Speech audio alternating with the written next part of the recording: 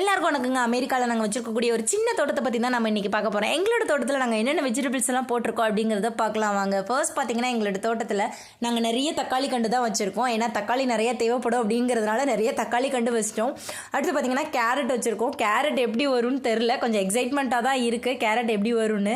அடுத்து பார்த்தீங்கன்னா குட்டி குட்டியாக செரி டொமேட்டோ அப்படின்னு சொல்லி ஒரு டொமேட்டோ செடி கொடுத்தாங்க எங்களுக்கு. அந்த டொமேட்டோ வந்து பார்க்குறக்கு ரொம்ப அழகாக இருக்கும் குட்டி குட்டியாக.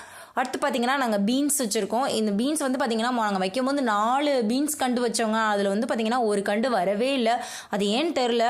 இது வந்து வெண்டிக்காவுமே நாங்கள் 4 வச்சோம், அதில் 3 தான் வந்துச்சு.